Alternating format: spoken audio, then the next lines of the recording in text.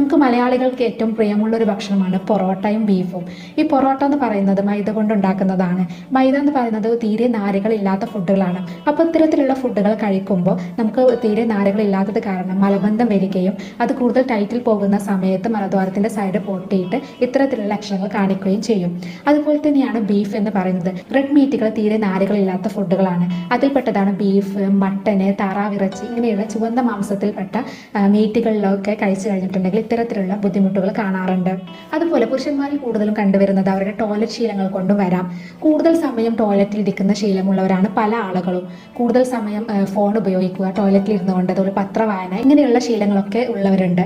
അങ്ങനെയുള്ളവരിലും കൂടുതൽ സമയം സ്ട്രെയിൻ ചെയ്യുമ്പോൾ നമുക്ക് മലദ്വാരത്തിന്റെ സൈഡ് പൊട്ടിയിട്ട് ഇത്തരത്തിലുള്ള ലക്ഷണങ്ങൾ കാണിക്കാറുണ്ട്. അതുപോലെ IBS എന്ന അസുഖം, ഇറിറ്റബിൾ ബവൽ സിൻഡ്രോം, നമ്മുടെ വൻകുടലിൽ വരുന്ന നീർക്കെട്ടിനെയാണ് ഇറിറ്റബിൾ ബവൽ സിൻഡ്രോം എന്ന് പറയുന്നത്. ഇങ്ങനെ വന്നു കഴിഞ്ഞാൽ നമുക്ക് ഇടയ്ക്കിടക്കായിട്ട് ബാത്റൂമിൽ പോകാനുള്ള ടെൻഡൻസി വരും.